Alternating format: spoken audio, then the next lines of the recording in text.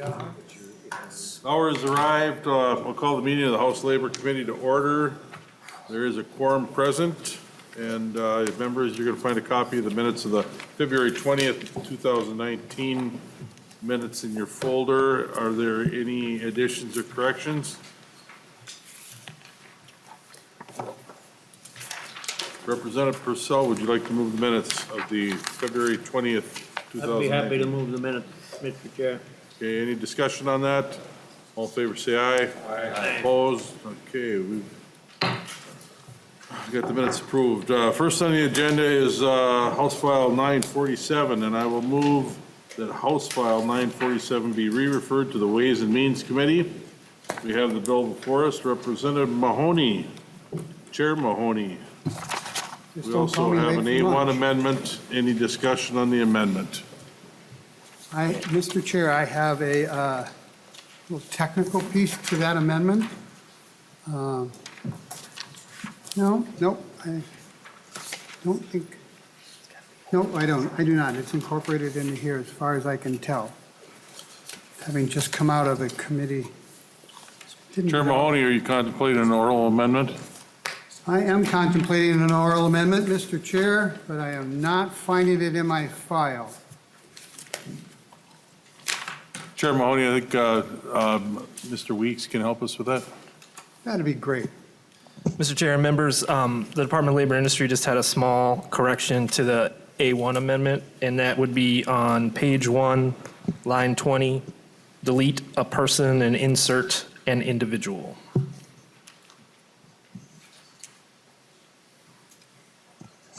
Thank you, Mr. Chair. I appreciate that. That is the amendment. The amendment to the amendment. That's the amendment to the amendment. Discussion on that proposal. And the amendment to the amendment. All in favor, say aye. Aye. Opposed? Into the amendment then. Thank you, Mr. Chair. I'd like to add that to the bill and get the bill in the shape that I would like it in. Would you like me to explain the amendment? I'll move the amendment. Thank you. Go right ahead and explain, please. Well, the amendment is more of a technical piece from the department. I can call up the department to explain the amendment if you would like, Mr. Chair. That would be fine. Thank you, Chair Mahoney.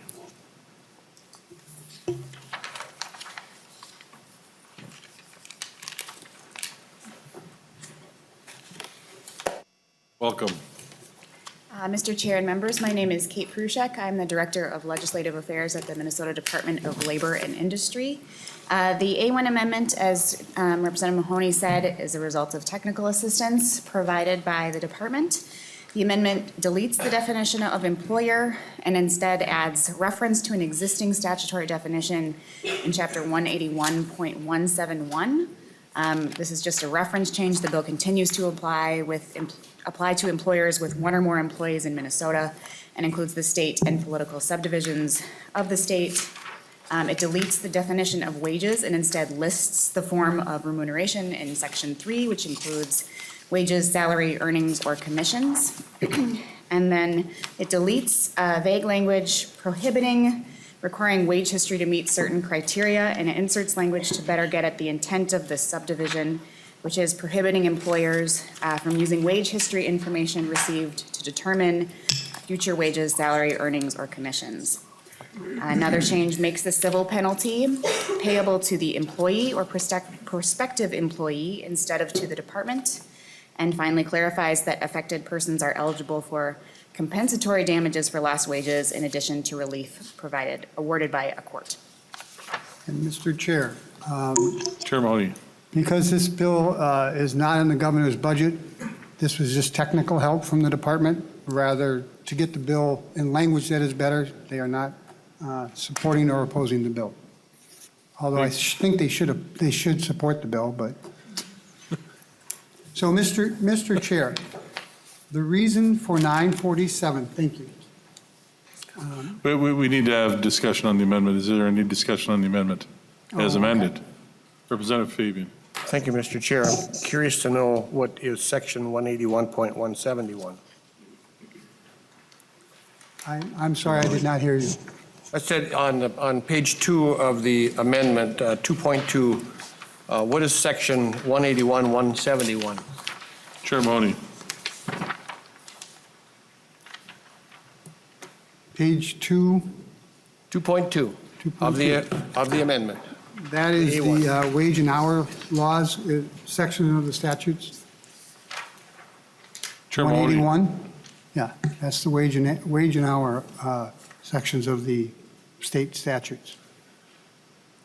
Representative Fabian. Thank you, Mr. Chair. And then to that, you'd have to go to court. For the courts? You said it's by a court. The relief is granted by the court. Chair Well, Mahoney. thank you, Mr. Chair. What that does is the court clarifies the affected person as are eligible for compensation for lost wages in addition to relief from a court. So it would be in addition to whatever a court does or does not decide. So if there's a civil penalty, and rather than give it to the department and the general fund, it goes to the offended party. We'll talk more after the amendment is adopted, Mr. Chair. Thank you. Any further discussion on the amendment? Representative Vogel. Thank you, Mr. Chair. Relative to the original bill on 2.3, it said require that a prospective employee's prior wage. That would, to me, indicate that if they could voluntarily disclose it. I'm wondering how the new amendment affects that, because now under 1.12, it says use any wage history information. So I would have read from 2.3 on the old one that if they voluntarily gave me that information, that I could use it. Now I'd be concerned under 1.12 that if they told me that, how would I divorce it from what I've been told in making a decision? So, Chair Mahoney. thank you, Mr. Chair. What is your actual question? Mr. Chair. No, I just can't hear, Mr. Chair. Representative Vogel. So the question is that under 2.3 before, it said the employer could not require that a prospective employee's prior wage or salary meets certain criteria. Now, under 1.12, it says the employer can't use any wage history information. My concern is that it did, to me, indicate under 2.3, the old way, that if they could voluntarily tell you that if they wished. Under 1.12, I'd be concerned if they voluntarily told me that. Now I know something that I can't use, but how can I divorce what I already now know from my mind in making a decision, or be able to prove that? Chair Mahoney. Two things here. I can't, neither can the employer control what someone voluntarily tells you. And not being a lawyer, I don't know how a plaintiff, how someone could use that against you in court to say that you use what I told you freely against me. And Representative Vogel.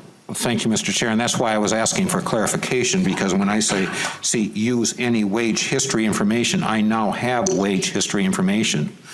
Would that preclude me then from even talking to that person as a protected employee?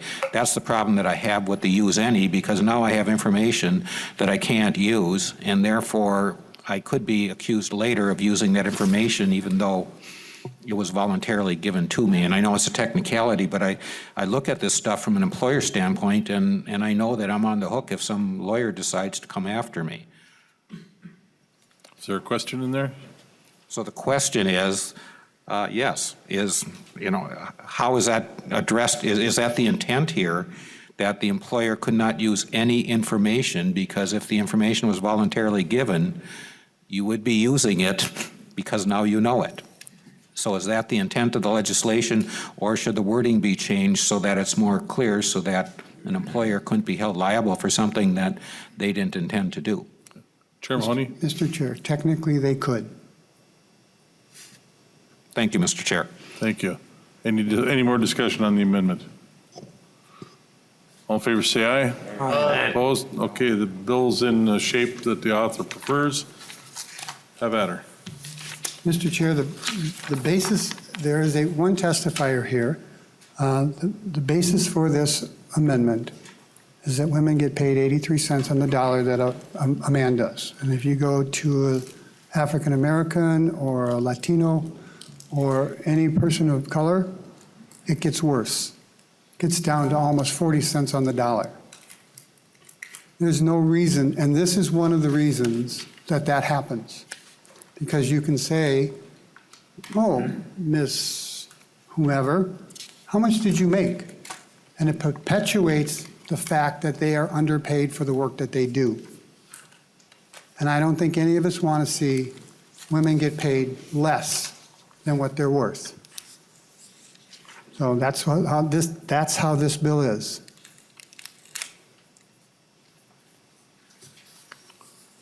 That's it. You testify for the bill?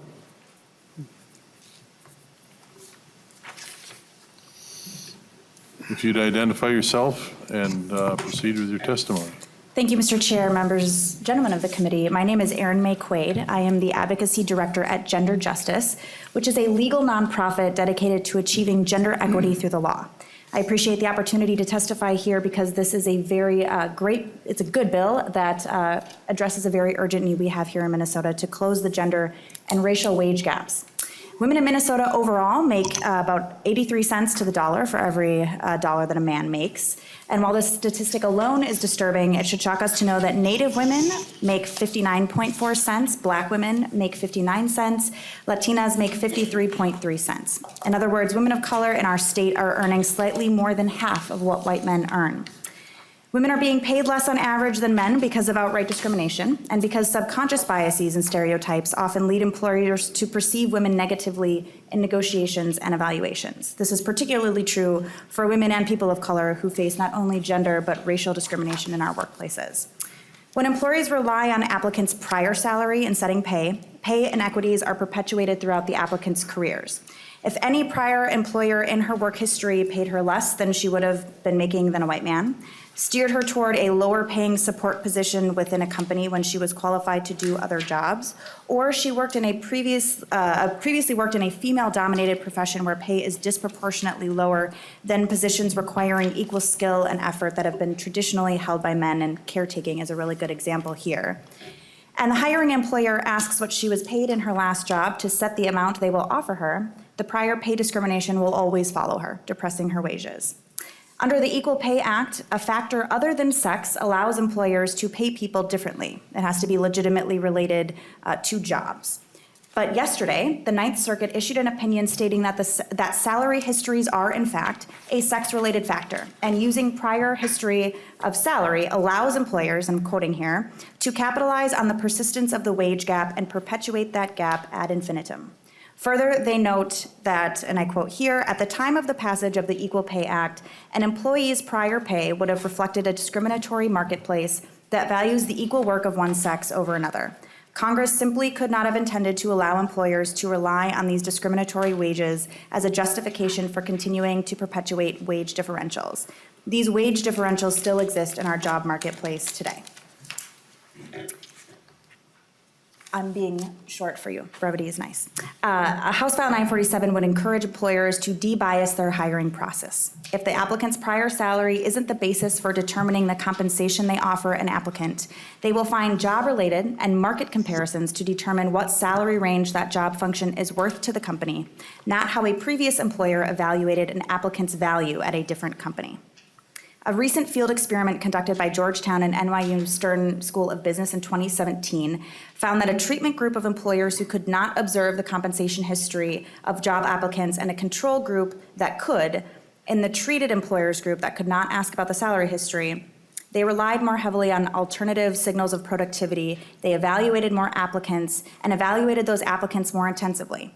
They also responded by changing what kind of workers they evaluated. The treated employees group evaluated workers with about 7% lower past average wages and hired workers with about 16% lower past average wages. Last and perhaps most importantly, this policy has been shown and proven to reduce the wage gap between men and women. An October 2018 report found that in the 8 states that have these past salary bands, women earnings ticked up about 4 cents more on the dollar compared to men when they're compared to women in other states. So although reliance on prior salary is common, it's rapidly becoming less so as research indicates its depressing effect on the wages of women and people of color by perpetuating discrimination. There are many companies, large companies, that have stopped using this question altogether. It is not a necessary business practice. To determine an applicant's value, employers can look to experience, skills, and the responsibilities of an applicant that they will be assuming, and more accurate indicators that are less likely to be affected by discrimination than previous pay. It should be the public policy of this state to encourage hiring systems in the private sector that do not perpetuate wage inequalities, and this bill is one step that the legislature can take to do that. Thank you. Thank you. To the author. I said my piece earlier. This is a bill that helps women earn what they are worth, Discussion on the bill. or gets it closer. Thank you. Discussion on the bill. Any, Representative Vogel.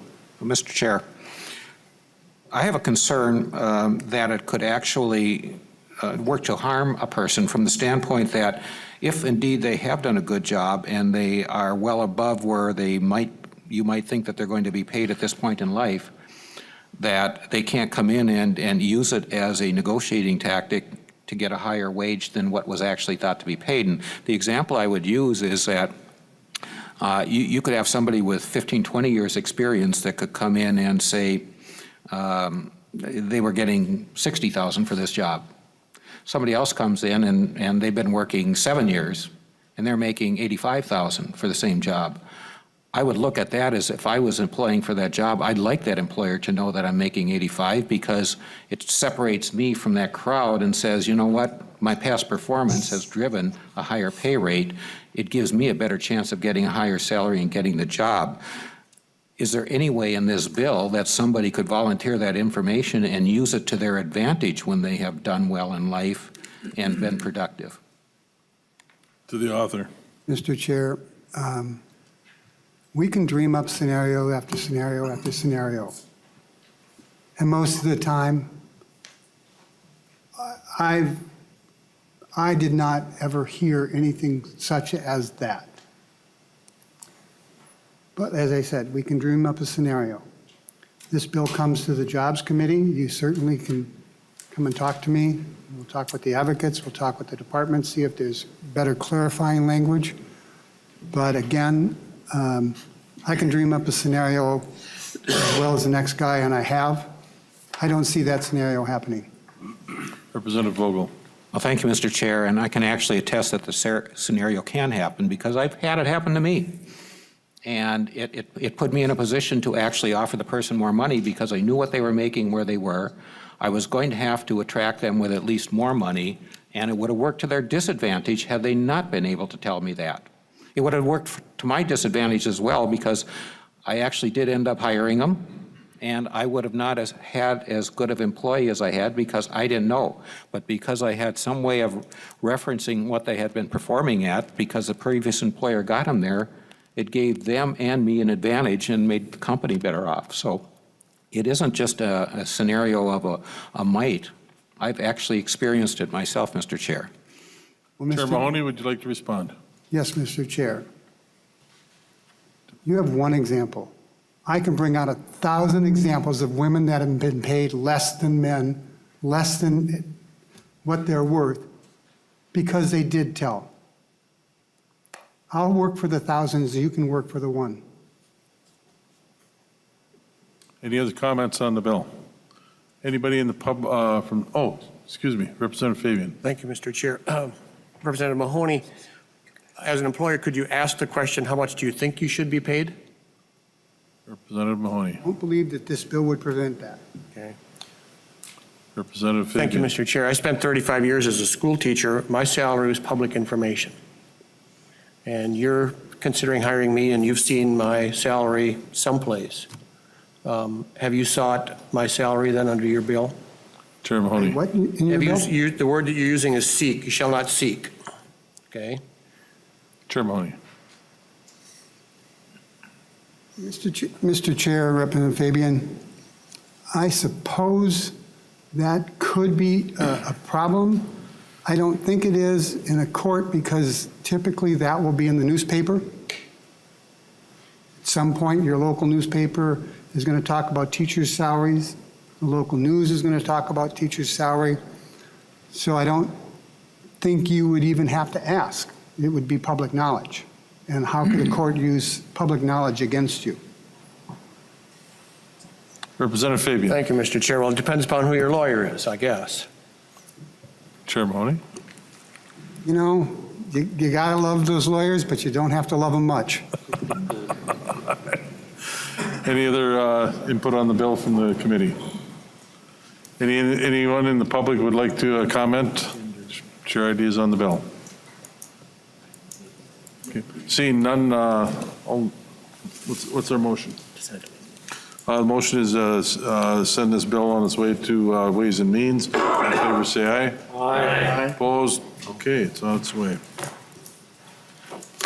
Next up, we have Representative Mahoney with House File 878. What was the number, 817 or 878? 878.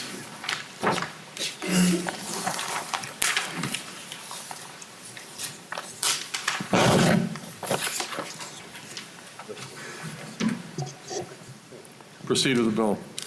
Mr. Chair, would you move the bill to, I'll move House File 878 for, to send it on to Ways and Means. thank you, Mr. Chair.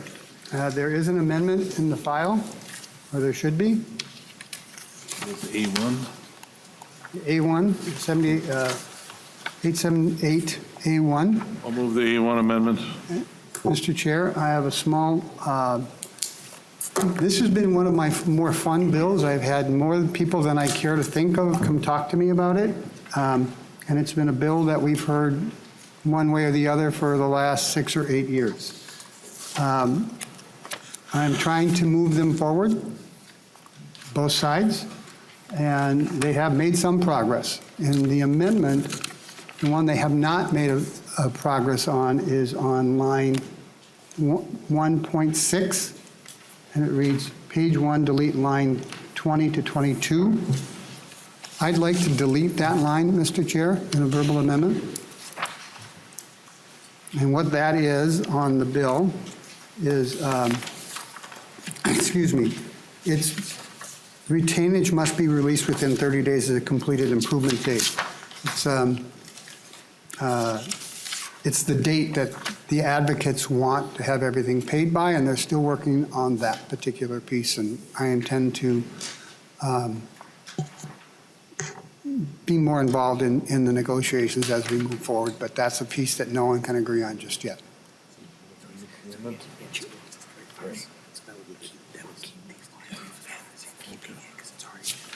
Okay, that would be,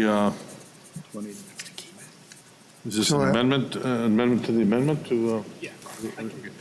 Go ahead, Mr. Weeks, please. Sure, the amendment to the HO 878A1 amendment would just be page 1, delete line 6. And that would keep lines 20 to 22 in the bill. Okay, Yes. Everybody understand the amendment to the amendment? Okay, all in favor of the amendment to the amendment? Signify by saying aye. Aye. Opposed? Okay, that moves forward to the amendment then. Well, Mr. Chair,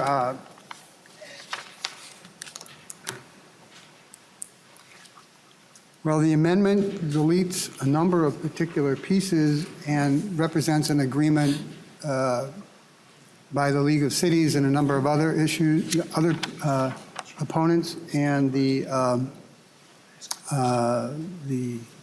proponents of the bill. And I can certainly bring them up, League of Cities up to explain their amendment, but it's kind of their agreement just yet. And why don't I call them up and they can have a little conversation about it. Well, they're coming up. We have a question from Representative Fabian. Thank you, Mr. Right Chair. ahead.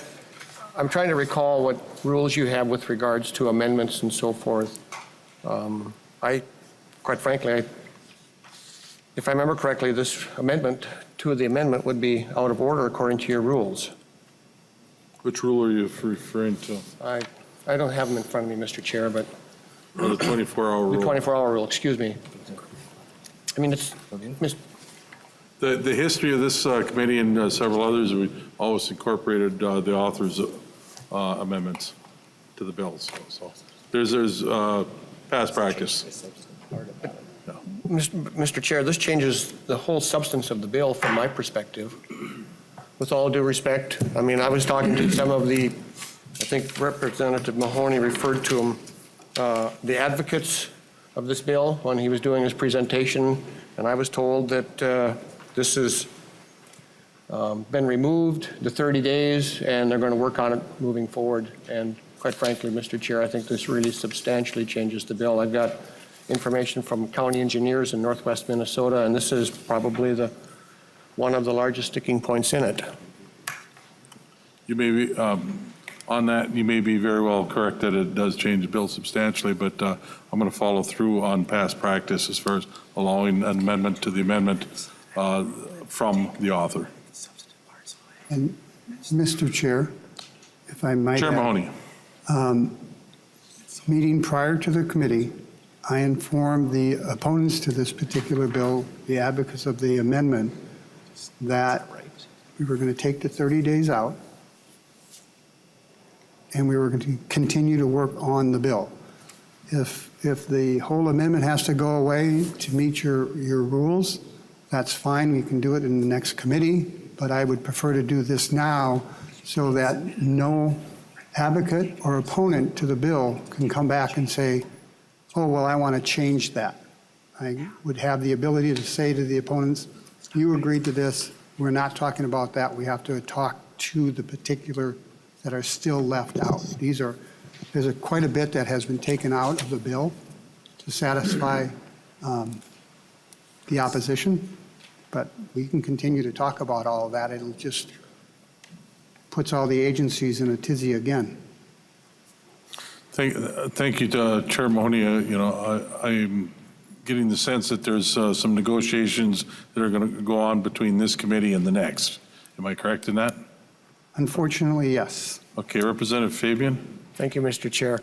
Well, just one quick point. Chair Mahoney, I've seen you work for a long time, and I don't know that I've ever seen you being concerned about an agency being in a tizzy. You are absolutely correct, but I'm trying to be nicer in my old age. Okay. Thank you. We have a testifier on the amendment.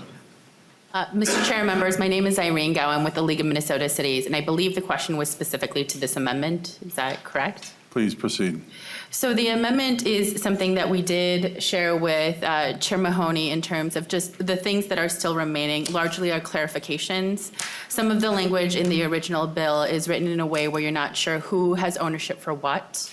So some of it, in terms of most of it, actually, that is the case. There is substantively one other thing that is left in there, a deletion on page 2, lines 1 through 4. But everything else mostly is a clarification to make sure that we know either is it a public owner or is it the prime or general contractor who's responsible for these actions, which you're going to hear more about in testimony soon to come. Okay, thank you. Any other concerns on the A1 amendment? Hearing none, all in favor say aye. Aye. Opposed? Now we have a bill in front of us. Thank you, Mr. Chair and committee. Now I think you have a list of testifiers, if I'm not mistaken. I have first up Wayne Waslowski from the Department of Administration. We're going to try to get through the full agenda here, so if we could stick around, stick it to 2.5, 3 minutes each, that'd be very convenient. Mr. Chair, members, for the record, my name is Wayne Waslowski. I'm the Director of Real Estate and Construction Services for the Department of Administration. Appreciate the work of the chair and author and both the advocates and supporters. As been mentioned, there's a lot of conversations going on. But from the department's perspective, obviously this has broad implications for us to be able to make sure that contract obligations are being met on our construction projects. First of all, would certainly like to acknowledge, very much value our prime contractors and subcontractors that work on our project. We can't take care of state facilities without them. Prompt payment is something that is important throughout the life of a project. It's especially important for small businesses. as well as to meet diversity and inclusion goals. We track our performance on prompt payment, and we overall have a very good record on prompt payment.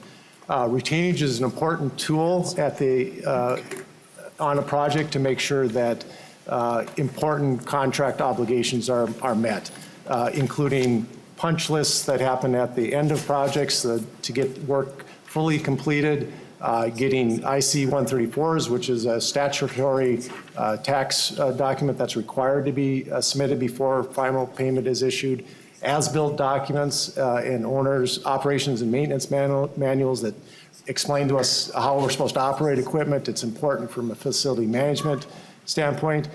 Our record on retainages as a public owner, we pay out retainage when contract obligations are met, and we make sure we're doing that. We also understand on the other side of the issue, if you have a longer life project, that some of those first subcontractors on jobs are waiting a long time for their retainage. So we look forward to working with the author and all the parties to hopefully come up with language that satisfies all the interests. With that, thank you, Mr. Chair. I would stand for any questions. Thank you.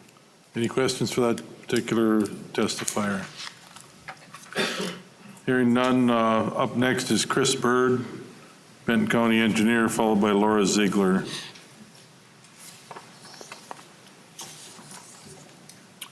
Good afternoon, Mr. Chair and members of the committee. My name is Chris Bird, and I'm the county engineer for Benton County, but I'm speaking here on behalf of the Minnesota County Engineers Association that is comprised of members from all 87 counties.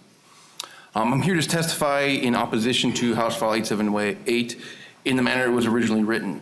As originally written, it would have a negative effect on local units of government and the way we administer publicly funded road and bridge projects. As introduced, 878 would force counties and cities to release contract retainage before contractors had fulfilled all contractual obligations. The language in the bill that refers to completion improvement date is problematic for road and bridge projects. The nature in which these projects are constructed is such that they are often open to users, in other words, open to traffic, while construction work is still progressing. During the life of a road and bridge project, there may be multiple completion dates as to when certain phases or a portion of that improvement is to be completed. In addition to the physical work, there is often necessary paperwork yet to be received prior to these completion dates. As previously mentioned, one of the most common pieces of paperwork is that IC-134 that we need to receive. This form certifies that contractors and subcontractors have fulfilled the requirements of Minnesota withholding tax laws. Current law prohibits local units of government from making that final payment until the Department of Revenue has received all IC-134s from all contractors that have performed work on that road or bridge project. Another common piece of critical paperwork that is sometimes hard to receive is the Disadvantaged Business Enterprise Payment Affidavit. Now, this affidavit is required if it has any federal money on the project and there was a DBE goal. This is, for whatever reason, sometimes this form is delayed by the prime getting to the local unit of government. In my county alone, we have 2 outstanding contracts where we have not received these forms and are unable to get all the IC-134s from the prime contractor from their subcontractors. Next week, one of the projects, it'll be 1 year from the completion of work, and we have not received all the necessary paperwork, and therefore we're still withholding a small amount of retainage. Other times, paperwork may include material certifications, verifying the materials incorporated into the project met all testing requirements or applicable specifications. But I am happy to say that we do support the amendment that was offered up today. We are opposed to language in the bill that requires the retainage to be held in interest-bearing accounts. This is very problematic for local governments. For example, if the project uses state or federal money, as most road projects in my county do, the local agency does not receive the last 5% of that state funding or the last 10% of that federal funding until all paperwork is completed and project documentation has been audited. This means us local governments are fronting the final progress payments to the contractor with local funds from other governmental accounts. Thank you, Mr. Bird. Can you finish up your thoughts? Yes, so in summary, contractors are required to provide certain certifications and documentations as part of their contractual obligations. We at the counties believe that retainage is being retained on the whole contract, not just the physical construction work. And we do not believe that all retainage should be released just when the physical work is completed. Thank you. Laura, any questions of that testifier? Okay, Representative Fabian, please. Thank you, Mr. Chair.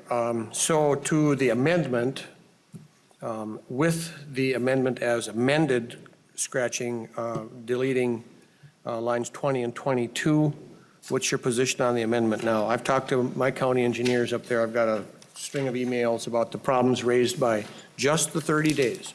Mr. Byrd. Yes, I would say the 30 days is still a concern for us. To put it in perspective, we're usually issuing monthly progress payments. So it's 30 days in between us inspecting and certifying the work that's been completed and paying that. It is still difficult to get a lot of that paperwork, certifications, whatever, within that 30 days. So that is still, I would, a concern for us county engineers. Thank you. Any other concerns? Okay, and up next is Laura Ziegler. Thank you, Mr. Byrd. Laura Ziegler, please identify yourself and proceed. Good afternoon, Mr. Chair, members of the committee. My name is Laura Ziegler. I'm with Associated General Contractors of Minnesota. AGC is a statewide organization representing over 300 members. Our companies build our roads, bridges, transit systems as well. We have building contractors that do commercial construction as well. We are not in the single-family residential arena. Roughly 80% of our contractors are union signatories. And because of how the nature of the construction industry works, we represent both subs and general contractors. Sometimes general contractors are subs in some projects. And I just want to clarify for those who might be new to this conversation as well, when we're talking about generals or prime contractors, we're talking about that contractor that is bidding on the project. So they are putting together that bid with all the subs to then submit that bid to the owner for the project. So retainage is an issue that affects every contractor all the way down the line. And subcontractors, of course, are going to differ in size, their economies of scale, and depending on their capital and specialty, it's going to depend when they're entering the project to complete their scope of work. We do have a couple of concerns about the bill, and I'll try to keep it, address my comments to the amendment today. There was retainage legislation passed in 2016 that addressed contractors' concerns by reducing the maximum allowable amount for retainage. It was cut in half. It went from 10 to 5%.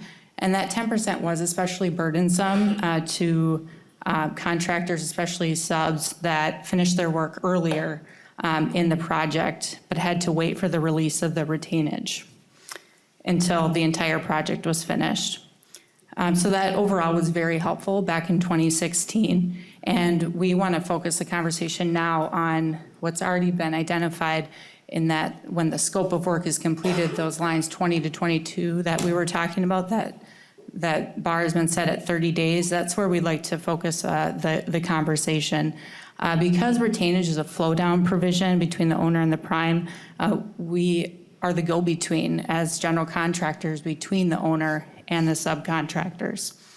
Once a prime contractor receives either a progress payment or retainage, we are required by law to release that payment within 10 days. There's a Prompt Payment Act that was already mentioned by the previous testifier.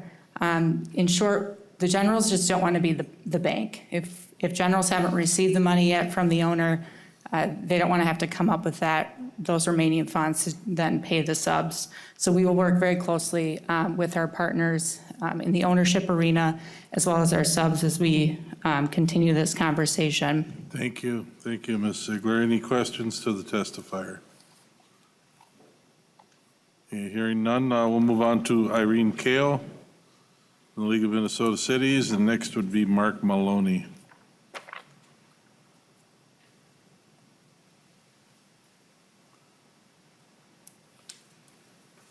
So Chair members, we decided to come up together to save you some time. Again, my name is Irene Gao. I'm with the League of Minnesota Cities. For those of you who aren't familiar with the League is a membership organization for cities. 833 of the 853 cities are members. And we provide a number of services, including education, risk management, and advocacy. Today, so first I want to thank Chair Mahoney for working on this. I know it's probably more work than he thought it was going to be, and I appreciate his continued commitment on working on this. And thank you to the committee for adopting the amendment. It does address some of the League's concerns.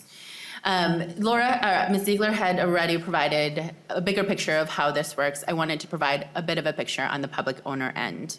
When we have city projects as public owners, we're the ones who contract with the prime or general contractor, who then works with subcontractors to get certain work done, such as excavation, electrical, landscaping, etc.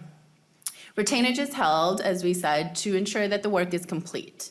Often it's things like punch list items, and for those of you who aren't familiar with punch list items, I went to Wikipedia to look up and see what they would say, and it said that punch list items is a document prepared near the end of a construction project listing work not conforming to contract specifications that the general contractor must complete before final payment. So often we find little things that still needs to be done, and from our end, we just want to make sure that the work is done, as well as required paperwork, which previous testifiers had talked about in terms of IC-134 forms, as-built, owner's manuals, all things that are very important before we take on the project. As amended, we do appreciate those changes, and as previous testifiers have talked about, the release at 30 days of the last day of either the subcontractor's work or an item of skill, material, or machinery is provided, whichever is first could be problematic. But as Chair Mahoney has mentioned, this is the provision that we'll continue to work on. So at this point, we look forward to continuing to work with stakeholders and creatively thinking about how we can address the situation. Thank you, Mr. Chair. Thank you, Ms. Cow. Any questions for the testifier? Seeing none, Mark Maloney, please identify yourself and proceed. Thank you, Mr. Chair and members of the committee. My name is Mark Maloney. I'm the Public Works Director for the City of Shoreview, Minnesota. I've been in that capacity for 25 years, and for more than 34 years have been in some way managing public infrastructure contracts. And so I've spent my entire career representing public interests in the infrastructure world. I wanted to point out to the committee that there is no advantage to a city or a county or a governmental agency in arbitrarily holding on to retainage. By the time we get to a construction project, those funds have been encumbered and identified specifically for that purpose. And the faster it's off our books, the better for us. We are subject to audit for our project management. And so there are strict compliance guidelines that have to do with how we manage the money. And you've heard references by earlier speakers regarding IC-134 forms, DBE forms, and so we take that very seriously. But I wanted to reinforce the point that we have a common goal with contractors and subs to get these projects completed and finalized as fast as possible. As pointed out, our contracts have a standard of a 5% retainage built into them.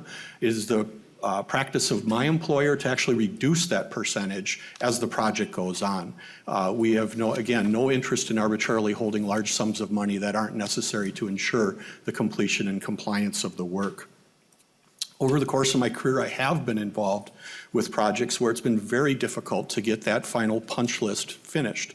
And it's particularly troublesome in my arena because the sort of work that is hanging out there that isn't done and it's holding up the process is exactly the sort of work that the public notices the most. It's the restoration work, it's the sodding work, it's the fixing of the driveways, it's the mailboxes being put back. It's the stuff that really touches people and impacts their quality of life. And so that's that part of the project, that end part of the project is under a magnifying glass as far as the public is concerned. And so that 5% retainage or whatever lesser amount we feel is necessary to ensure compliance is a very important tool for us in the eyes of the public. I would just want to close in that we have sympathy for subcontractors who are having difficulty with their business relationships with their general contractors. We get the phone calls at City Hall from from subcontractors who are saying, Was that project finalized? I'm still waiting for my payment from so-and-so. And we look at our checklist, and if they've complied, if the general contractor's complied with all the things that have been spoken to here, the IC-134 forms, DBE forms, construction manuals, as-built, all that, all those terms of the contract, if they've been complied with, we've released the retainage. So we do understand there is some friction out there between subs and generals, but we see our role in government as being stewards of the public dollar. And we feel like some aspects of this bill and proposed legislation would drag us more into the private sector than Okay, thank you, Mr. Maloney. Any questions to the testifier? Any concerns with the testifier? Okay, hearing none, we have up next Donna Golden, followed by Mark Jaster and Jason Tersek.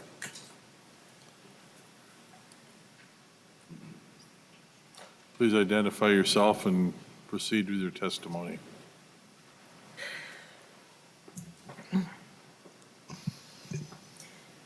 Thank you, Mr. Chair and committee members. My name is Donna Golden. I'm here to ask that you pass House File 878.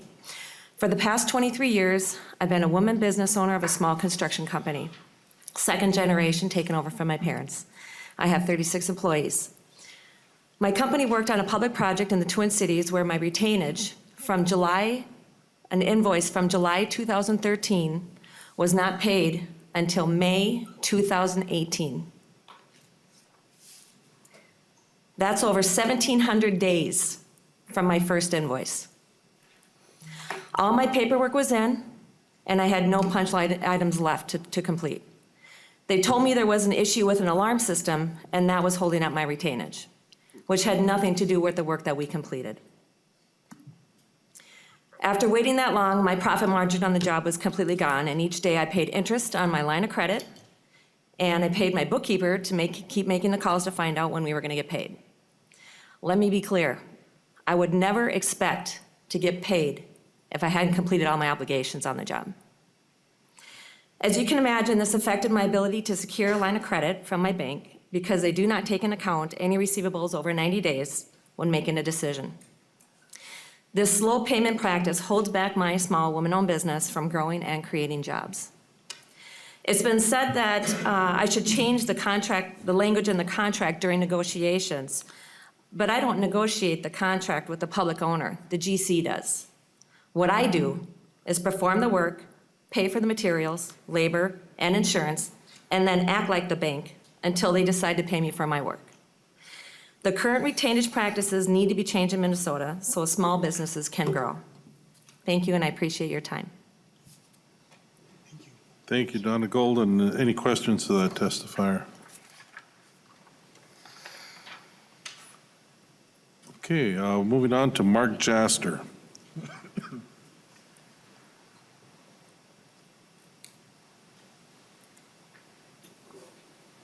Please identify yourself and proceed. Thank you, Mr. Chair and committee members. My name is Mark Jaster. My wife and I own and operate Century Construction Company. We are a small commercial subcontractor that primarily performs interior demolition and finished carpentry work. Today, I'm asking you to pass House File 878. It is an important bill for subcontracting businesses and subcontracting families across Minnesota. Every day, like many subs, we have a significant amount of money being withheld as retainage for work that we have already completed. This has a very stressful impact on our business in particular.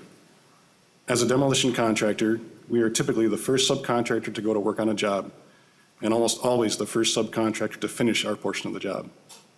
But we must wait until the entire job is complete, sometimes a year or longer, until our retainage is released to us. For example, on one project, we have over $135,000 being held as retainage, and we have been waiting for over 7 months for it to be paid. Our portion of the project has been completed for that long. We have fully paid our employees and our suppliers for their work on the project, but we continue to wait to be fully paid for our work, and we have never had any of our retainage released early. This is a very serious problem when it comes to cash flow for our business. This bill is about basic fairness, helping small businesses, and promptly paying people for the work that they complete. I ask you to support this bill today, and I thank you for your time. Thank you, Mr. Jaster. Any questions for Mr. Jaster? Representative Fabian. Thank you, Mr. Jaster. I appreciate the business that you do and the jobs you provide. Can you give us a little more detail about what explanations you're getting for not being paid for the work that you've completed from the general contractor? Mr. Jaster. It generally comes down to our portion of the work happens early in the job. There's no dispute that our retainage is owed to us. Everyone agrees that our work has been completed, but because retainage won't be released until the entire project is completed, we wait for many months to see that money come back to us. Any other questions for Mr. Jaster? Representative Fabian. Thank you, Mr. Chair. So then, to both testify, well, not to the testifier, but to the chair, I'm not clear how your bill is going to solve his problem. Mr. Jaster? No, I think he's The asking author? the chair. Well, that's what the 30 days is right there. And that's going to be problematic in the negotiations. This clarifies for the small contractors who they have to call at the general's office, because quite often they're not sure who their contract was with, because there's so many different contractors on a job site. There's a number of other things in here that help them at least get through to the person that they have to talk to. And then again, it's how long are they going to be able to withhold the retainage? Representative Fabian. Thank you, Mr. Chair. And to be clear, I have great empathy for what you're going through. I have some really good friends back in my hometown who do a lot of the same kind of work that you do, maybe similar work anyway. And I want to make sure that we're addressing the issues that are going to solve your problem. And I'm not 100% clear that we're going to do that, but as it goes through the process, I'm sure that Chair Mahoney will make sure that you get your money. Hearing no question, do either one of you would like to respond? I'm sorry, Mr. Chair. Would you like to respond to his comments? Oh, just vote with your friends. Okay. Thank you, Mr. Jaster. Last up is Jason Tarasek.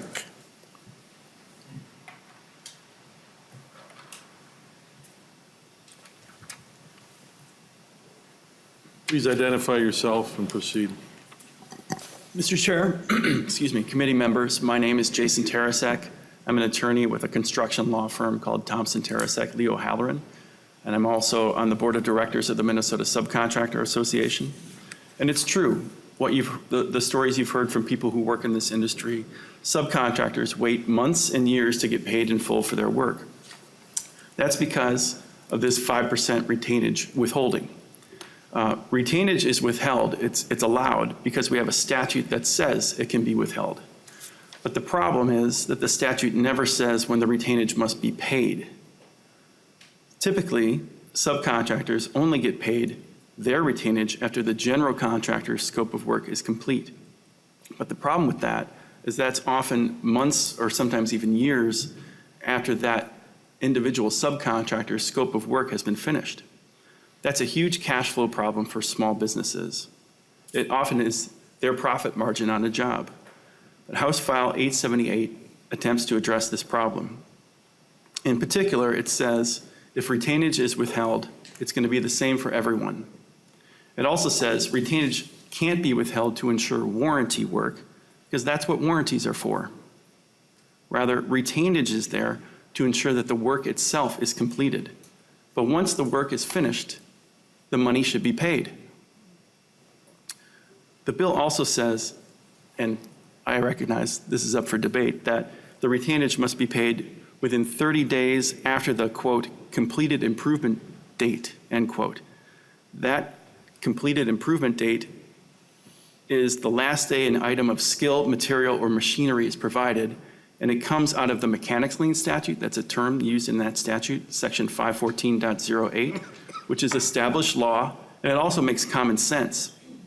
Subcontractors should know whether they're going to be paid their retainage before their lien rights run out. The statute, or I should say the bill, would also amend the statute that says if you choose to withhold retainage, oh, I'm sorry, I think this aspect, the escrow account is eliminated. Okay. I apologize. The bill would also require that the owner's contact information be shared with subcontractors. And if a subcontractor makes a written request about non-payment, it requires the owner to let the subcontractor know if payment has been made. The bill would also make sure these retainage provisions extend to public work. And it ensures that any disputed retainage is documented.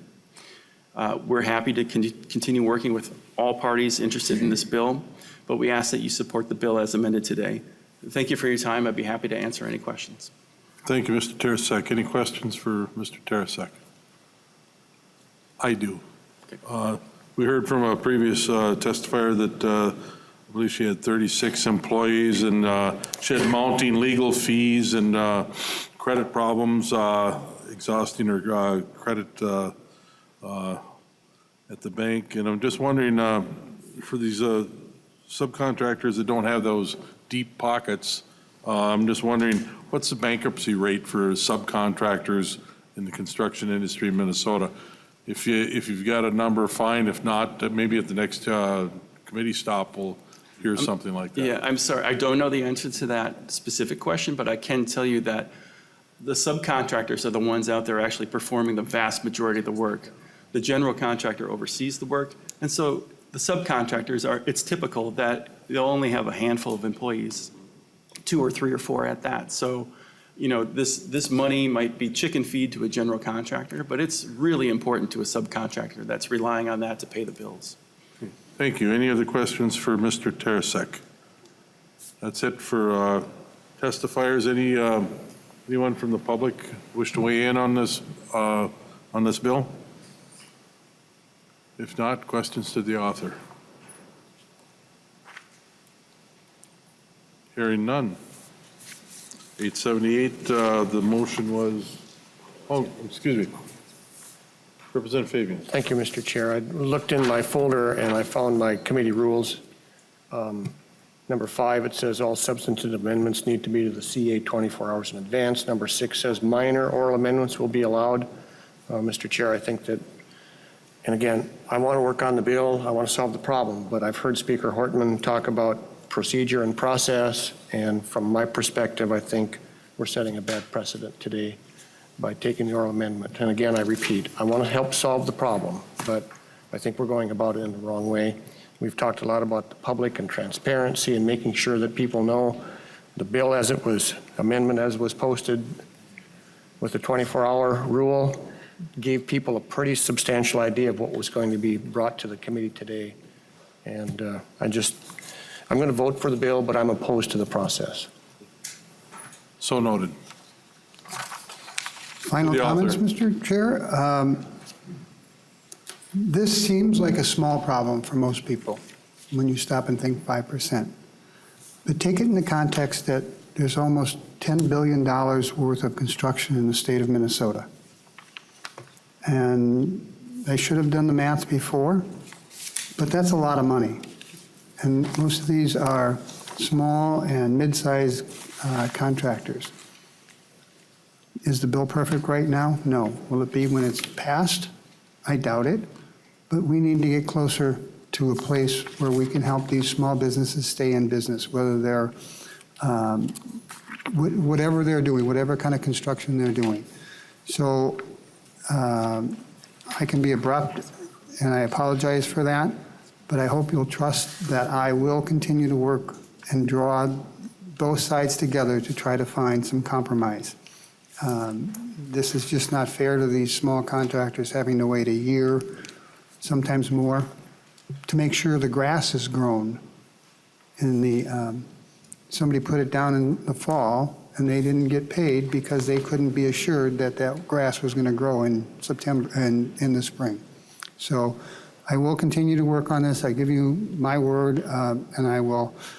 If I have to get one of the larger committee rooms to get everybody that's got a horse in this race together, but I will, at the end of the day, come up with something or the bill won't move. Thank you, Chair Mahoney. I would like to renew my motion to refer this 878 to the House Ways and Means Committee as amended. All All in favor, say aye. Aye. Opposed? Thank you. Thank you, Mr. Chair. Thank you, committee members.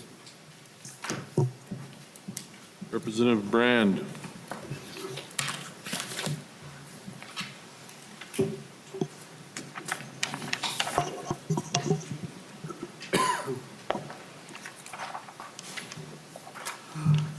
Would you like to move your bill?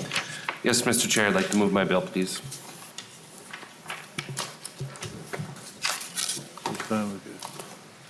Okay, we have House File 726, Representative Brand, proceed.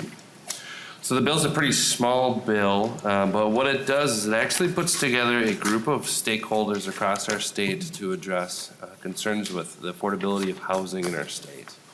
You know, I'd actually had a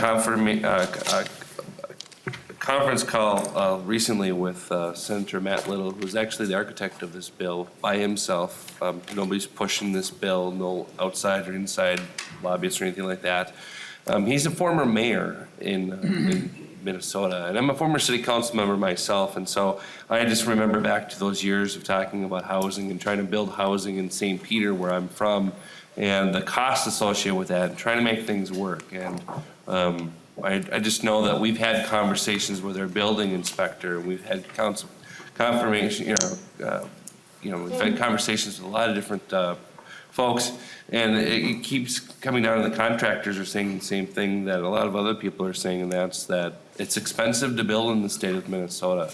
But if you look at that last governor's report on housing, it was suggested by the year 2030, we're going to need to have 300,000 new homes in Minnesota built. And if the cost of the affordability of homes in the state are continuing to rise at a pace that's outmatching the ability for people to pay for those houses, there's got to be a greater conversation that has to occur across our state. And so what I'm here today is to propose this bill, which would create a more open discussion about the building code. I'm not advocating that we remove anything in particular. I'm not suggesting that we remove the whole entire thing for that matter. But what I'm saying is that we should include a group of stakeholders that didn't get a large enough say in the topic in the past. And so, if you look, there's not a specific list of people. We wanted to initially draft this as pretty narrow and allow anybody who has an interest to be on this advisory group to be so. And any stakeholder can come on board. It was written narrowly for that purpose. We've had some conversations with a couple of other folks, the American Institute of Architects, the Association of Minnesota Building Officials, Minnesota Housing First. There's a couple of groups there in Minnesota that have had a conversation with me. IBEW has had a conversation with me via email. I keep coming back to the basics here. 1 in 4 Minnesotans, nearly 55,000 families in our state are spending more than 30% of their income on housing. And that's an increase of 60% since 2000. So as I look at how we fix this solution or how we revise our building costs, our housing costs in Minnesota, credit obviously is part of it, budget's part of it, and then also the regulatory piece, I think, is a third piece that we have to look at. So I stand for any questions, and I know we've got some testifiers for and against. Okay, yeah, do you want to go right ahead with the testifiers? I have a list. Certainly. Right here. Scott McClellan, please. Department of Labor and Industry, followed by Steve Noble, Kurt Welker.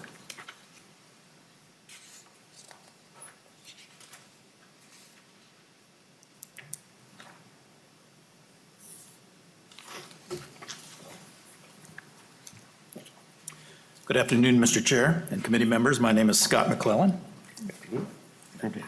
I'm an assistant commissioner for the Department of Labor and Industry and also the state building official. Thank you for the opportunity to testify this afternoon. Although I'm here to speak against House File 726, the department sincerely appreciates the spirit of the bill, which we believe is to ensure that affected stakeholders have a role in deciding what regulations are contained in the codes, whether that means repealing existing requirements or adopting new ones.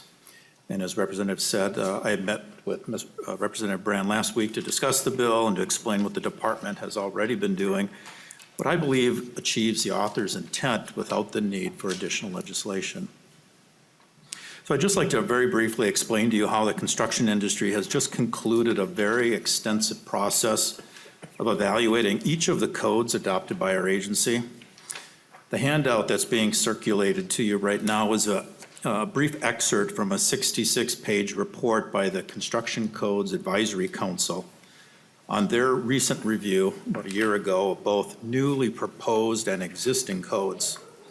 The council is required by statute to review all laws, codes, and rules relating to building construction, and then recommend ways to streamline, eliminate inconsistencies, and increase understanding.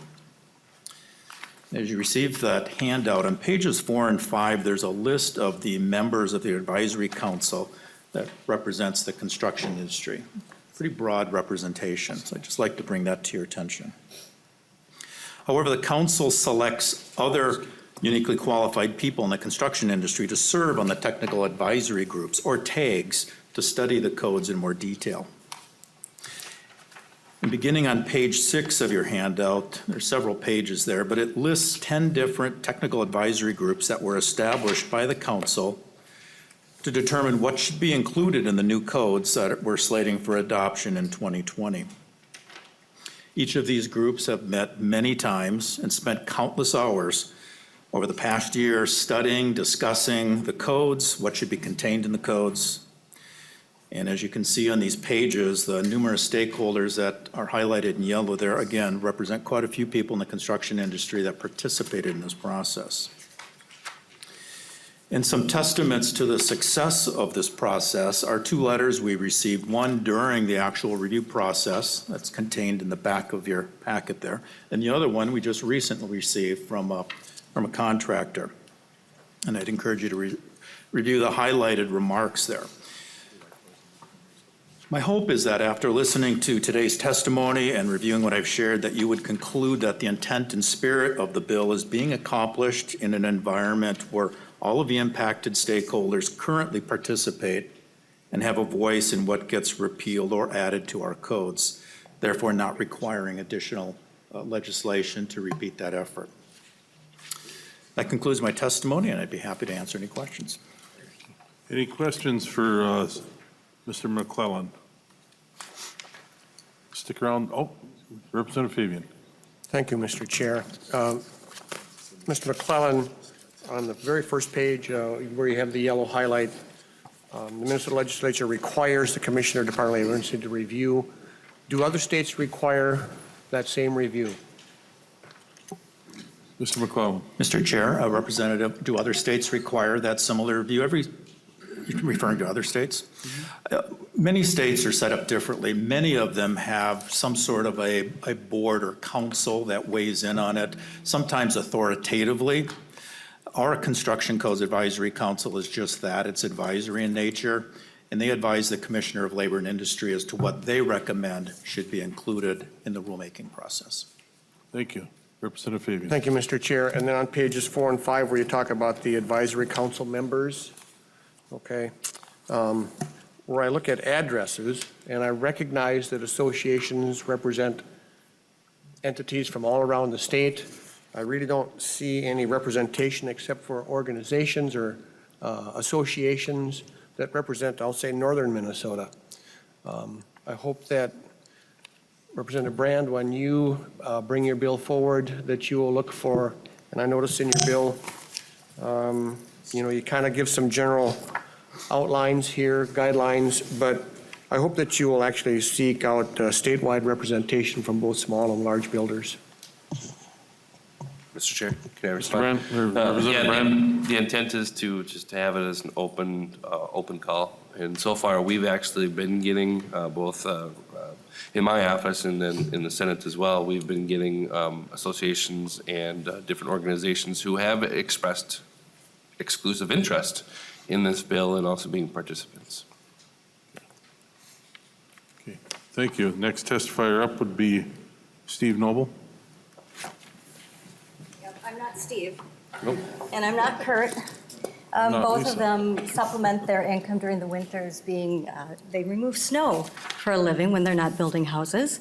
And so they're off using their skid loaders and the like. And I'm Remy Stone. I'm the Executive Vice President of the Builders Association of Minnesota, and I'm your fourth person on your list of testifiers. Welcome. Thank you. As I said, I represent the Builders Association of Minnesota. We're an organization, a statewide organization of roughly 1,800 builder members and associates who represent or employ 54,000 Minnesotans across the state. We were very intrigued with this piece of legislation because it, for one, we participated in the Governor's Task Force on Housing, and this is one of the recommendations that the Governor's Task Force came up with, but also because we do participate in DLI's process to review the code, and we do value what they do. However, as Mr. McClellan said, what those functions do is we go through the codes and determine what should be included or amended in Minnesota's code, but we've never done a comprehensive exercise in what ought to be repealed. And so that's what we found interesting about this House file and also Senator Little's bill. I handed out to you a list that Steve was going to share. It's got I think, what does he call it? The list of extras and expensive and nonsense code provisions. And I'll just let that speak for itself, but he did ask that I share that with you. I would point out that WOCD does not mean obsessive compulsive disorder. It simply means window operating control device. So when you read that, realize that that's coming from a contractor's perspective on cost. You know, today we could talk about really broad topics like the energy code or foundation bracing, but I just wanted to point out a couple of things that our members repeatedly mentioned to us that ought to be considered, maybe or maybe not for repeal, but ought to be looked at. And one of those things is this whole issue of window cleaning anchors. And we're talking about affordability in housing. The average cost on a 4-story multi-housing structure where we put a lot of our affordable housing, those issues come forward by one of our affordable housing members, is roughly $60,000 just to engineer and anchor those all the way down into the foundation of a building. It has a huge impact on affordability, and in fact, one of the solutions, it's been raised, and I know that these individuals have brought it forward in the code adoption process, but it's also a part of pending legislation in House File 1634 of Representative Tice's, and also in Senate File 1456, which Senator Senjum has. But that's one of those items that gets pointed out to us as to, if you want to deal with affordability, this is a big topic. The reason why that's a big topic is those anchors serve no purpose on those units because window washers use the baskets to hit 4 stories. So it's just the way it is. There's the issue of arc fault circuit interrupters, and I wanted to raise that to you because I'm sure all of you have enjoyed maybe some time plugging in your vacuum or seeing that your refrigerators pop the circuits. And they may or may not be necessary to stay in the code, but I want to just point out a cost here. They roughly cost $620 per housing unit. Okay, may not seem like a lot, but considering we built last year 12,500 or 12,600 1- and 2-family homes, that's just of the 1- and 2s. That actually cost Minnesota home buyers $7,843,000. So that one provision cost Minnesotans that much. And then I also handed out, and I'll end on this. You all have a really interesting article from the Star Tribune. And that's called Dishwasher Air Gaps. So, and I'll start with this quote because it's sort of fun. One of the most conspicuous and annoying changes made to the new plumbing code is the hideous dishwasher air gaps. And I think maybe many of you have seen it. It's the little pop-up that's on your countertops now. It's a relatively low-cost item, about $150. But there's a strong case to question whether it's reliable and whether it performs well, because we know in the field that oftentimes when you have a backup, it comes up and out and spills all over the countertops. may or may not be of value, but we ought to consider whether that's necessary. Because I can assure you, when I redid my kitchen in 2014, before this code happened, we just tied our dishwasher into our disposal, and it took care of that airflow problem in and of itself. And if any of you are still doing the math, that one $150 item cost the 1- and 2-family home buyer last year $1,890,000. So while they may seem incremental in cost, in aggregate, these are very expensive items that may or may not have to be repealed or ought to be repealed from the code. With that, I'll conclude my remarks. Thank you, Ms. Stone. Any questions for the testifier? Representative Mecklen. Thank you, Chair. To Remy, to your point on both of these wonderful issues you brought up, for those of you that do not know, the dishwasher air gap is a completely useless thing, and if you're drilling through granite, it's actually going to cost quite a bit more. Every new dishwasher has an air gap built on the side of it today. So it's a double redundancy. And then to your arc fault thing, it was unproven technology. It was shoved down our throats. And anything that has a motor in it tends to trip those breakers. And I personally have gone back to the same laundry room and replaced that guy's breaker about a dozen times until we told him to hire somebody else. I rest. Thank you, Representative Mecklen. Any other questions for Ms. Stone? We have Kurt Welker in the room. I'm Kurt and Steve today. Whoa. They're off moving snow.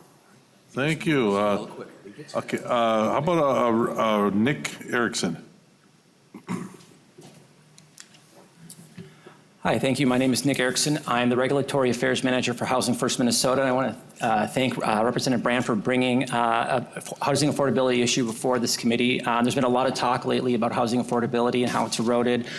We recently did a study and found that up to 1/3 of a new home's price comes from regulations. We've also heard from Governor Dayton's Housing Task Force from last year that we have a critical need for housing in the state, 300,000 new units by 2030. And over the next 5 years, just to stabilize our housing market, we need 50,000 units above current production levels. All of that is for naught if we cannot build homes more affordably, and that's really what this piece of legislation does. I'd be remiss if I didn't note that Assistant Commissioner McClellan is probably the best example of a state agency focused on housing affordability. The 2 years that I've had a chance to work with Assistant Commissioner McClellan, we have seen nothing but affordability-centric decisions being made by the Department of Labor and Industry. The dishwasher air gap was just brought up. It's actually something that we petitioned the plumbing board to remove, and they're looking at removing now with the next plumbing code. And if the other dozens of other housing regulators in the states took the approach that Mr. McClellan has taken over the last 2 years, we wouldn't really need to have all this different legislation. And I think we say what other housing regulators, I think it's been a little confusing lately at the Capitol. We've seen the Department of Labor and Industry kind of be the only entity that's being brought up in discussion of housing regulations, but there's the Minnesota Department of Health and Natural Resources, PCA, Bowser. We also have the Met Council. We have cities, townships, and counties that all play a role in the housing affordability discussion. I think it's important as this body moves forward with any legislation that it is aware that this is not a single agency problem. It is a broader problem of housing affordability. And I do want to thank Representative Brand for bringing this issue forward today. Okay, thank you. Any questions for Mr. Erickson? Okay. Any input from the public? Anybody like to weigh in on this? Now's your chance. Seeing none, Representative Brand, your comments on the bill. Yeah, I just wanted to state that, I have no axe to grind, or I have no case to make on this. I don't have any particular burning desire to get rid of any one particular code, that sort of thing. I just bring my experience as a city council member in St. Peter and Greater Minnesota to the table. And I ask that we have a greater conversation about building code, because in Greater Minnesota, just like the rest of Minnesota, even in the Twin Cities here, housing is important, and housing is getting expensive. As I addressed before, 55,000 Minnesotans are spending more than 30% of their income on the housing, and that's an increase of 60% since 2000. And so as we talk about housing into the future, we'll have to talk about the credit, the budget, and of course, the regulatory piece. And today, this is what I'm hoping to at least start the conversation with. Okay, thank you. Any further comments, questions for Representative Brand? Representative Nelson. Thank you, Mr. Chair. And I know this housing affordability has been a big issue. And coming out of the construction field myself, we look at some of this stuff, and I don't know if eliminating these codes and looking at them, and I don't think having this creating this board to look at this stakeholder group to look at this, but it's a big complicated issue. My parents, when they bought their house back in the 50s, it was an affordable house. It was just the house with the well and a septic system. Now, some of the cities, when we talk about city councils and some of the cities that require streets, they require sewer, they require curb and gutter, all those things, and you get to the point where before you even start, you may be out of affordable range depending on where you're building the house. So this is a big issue we need to look at, and I think this is the committee going forward might be a good idea to do this and start this way. I support the bill, but I think there are going to be some prizes here. I don't think this list of things that we were given here, when you multiply multiple houses, it's a lot of money, but on an individual house, some of the safety items that we're talking about here might not be wise to eliminate them also. I've got a couple of comments, and I use this term often, maybe too often, and I don't mean to insult anybody that serves on this technical advisory group, but, you know, because I know some of these people, and they're very smart. And some of them are, just assuming smart in school, but not that clever on the bus. What Representative Mecklin brought up, the concerns about real-life experience with some of these issues that could be addressed through the advisory council. I think maybe we should get somebody with some blisters on their hands to weigh in on with these advisory councils as well. Oh, Representative Fabian? Thank you, Mr. Chair. So what's the motion on this bill, Mr. Chair? Well, the motion on this bill is actually to refer to GovOps. Okay, good. So, Mr. Chair. Mr. Representative Fabian. Thank you. So, Representative Brand, you've got kind of an outline here. What is your plan for this bill to amend it and make some changes to get it the way it actually could work better, maybe? Yeah, absolutely. So the next step is to get that list of folks that we've been collecting and add them to that as an amendment, and add that as the groups that would be interested in participating in as well. So, you know, we've got some builder associations, some labor groups, firefighters obviously have an interest in stake, and other interested stakeholders too. And it's preparing something that we can put together, have the conversations over the summer and the fall, and then, you know, they would report back to us here at the beginning of next year. And then next year, in a year where we can have a conversation about more policy-oriented things, of course, with the bonding stuff too, then maybe we can address some of these issues here again.